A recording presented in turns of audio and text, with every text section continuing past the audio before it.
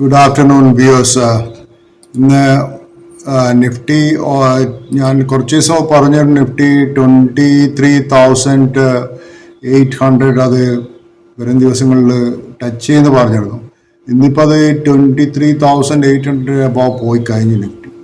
So എനിക്ക് തോന്നുന്നു ഇതൊരു പ്രോഫിറ്റ് ബുക്ക് ചെയ്യേണ്ട സോണാണെന്ന് തോന്നുന്നത്. കാരണം വെച്ചാൽ നമ്മൾ മാർക്കറ്റിൽ നിന്ന് പ്രോഫിറ്റ് എടുത്തിട്ടില്ലെങ്കിൽ എന്താ പ്രശ്നം എന്ന് വെച്ചാൽ you won't get another opportunity to exit from the market. Already എനിക്ക് നിങ്ങളോട് പറയുകയാണെന്ന് വെച്ചാൽ നിങ്ങൾക്ക് ഏതെങ്കിലും ഒരു സ്റ്റോക്ക് ലോസിലുള്ള സ്റ്റോക്ക് കുറേ ഹോൾഡ് ചെയ്തിട്ട് ഇപ്പോൾ ഒരു പ്രോഫിറ്റിൽ വരുന്നുണ്ടെങ്കിൽ first thing is to exit that stock. This is opportunity market is given to you.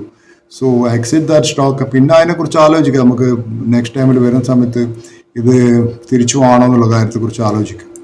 So അതാണ് ഏറ്റവും ഇമ്പോർട്ടൻറ്റ്.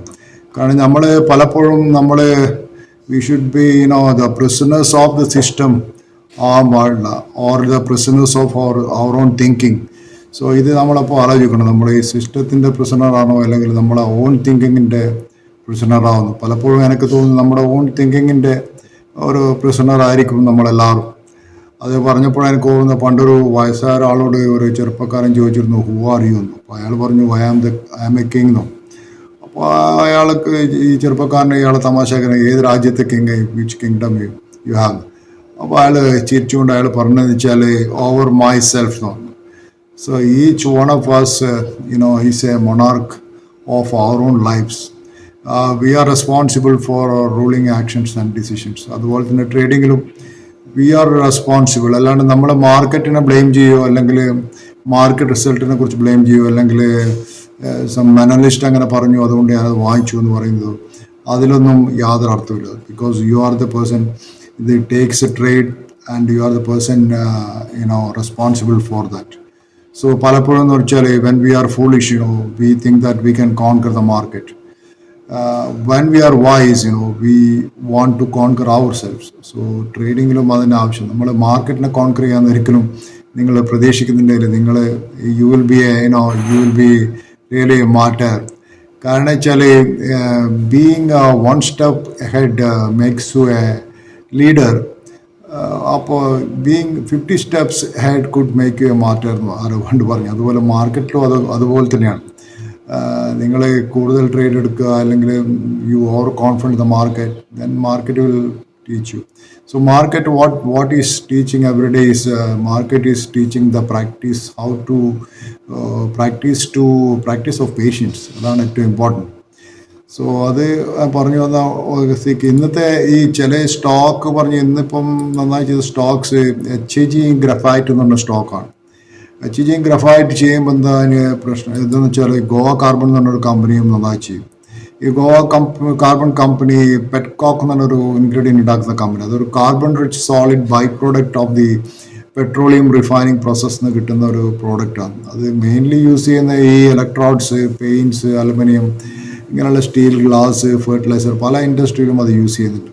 സോ ഈ ഗോവ കാർബണെ കുറിച്ച് പറഞ്ഞപ്പോൾ എനിക്ക് ഗോവ കാർബൺ ഇപ്പോൾ ഓൾമോസ്റ്റ് അത് 500 എബോവ് ചെയ്യുന്നത്. ആക്ച്വലി സ്റ്റോക്ക് കുറച്ച് ലിഫ്റ്റ് ചെയ്തു, പക്ഷേ 400 രൂപേൻ്റെ റേഞ്ചിലാണ് അതിൻ്റെ ഏറ്റവും നല്ല പ്രൈസ് ഗോവ കാർബൺ. അതുപോലെ ഗ്രഫൈറ്റും HEGയും കറക്ഷനിൽ കിട്ടിയിട്ട് വാങ്ങിക്കുന്നതായിരിക്കും നല്ലത്. പക്ഷേ ഇന്ന് അതിന് നല്ല വോളിയം കാണുന്നുണ്ട് ഈ സ്റ്റോക്കിന്. ഗ്രഫൈറ്റും HEGക്കും നല്ല വോളിയം കാണുന്നൊരു സ്റ്റോക്കാണ്. അതുപോലെ വേറൊരു സ്റ്റോക്കിൽ നിന്ന് ഞാൻ പറഞ്ഞൊരു സ്റ്റോക്ക് കുറച്ച് ദിവസം മുമ്പ് കാർബോറണ്ടം യൂണിവേഴ്സിൽ ഇപ്പം അതിൻ്റെ LTP 1007 ആ റേഞ്ചിലാണ് ഇപ്പം ട്രേഡ് ചെയ്യുന്നത്. So that is another stock. HDFC bank ഇന്നത്തെ പറയാമെന്ന് വെച്ചാൽ HDFC ബാങ്ക് നല്ലൊരു മൂവ് ചെയ്തു. രാവിലെ 1800 റുപ്യെന്ന് ഏകദേശം 1840 റുപ്യോളം ഫ്യൂച്ചർ പ്രൈസ് പോയിരുന്നു. സോ അതൊരു നല്ല മൂവാണ്. 40 റുപ്യേൻ്റെ മൂവ് HDFC രാവിലെ തന്നെ മൂവ് ചെയ്യാന്ന് വെച്ചാൽ ഓൾമോസ്റ്റ് വിത്തിൻ 1 hour ഒരു 40 റുപ്പീസിൻ്റെ മൂവ് ചെയ്തത്. അതുപോലെ ICICI it is exactly opposite. ICICI വന്നതെന്ന് വെച്ചാൽ 1362 സ്ട്രേറ്റ് അത് 1332 സെല്ല് വന്നത്. അതുകൊണ്ടാണ് ബാങ്ക് നിഫ്റ്റിയിൽ നിന്ന് അത്ര വലിയൊരു പെർഫോമൻസ് ചെയ്തില്ല. പക്ഷേ ഇപ്പോൾ കുറച്ച് റിക്കവർ ചെയ്തു ICICI ബാങ്ക്.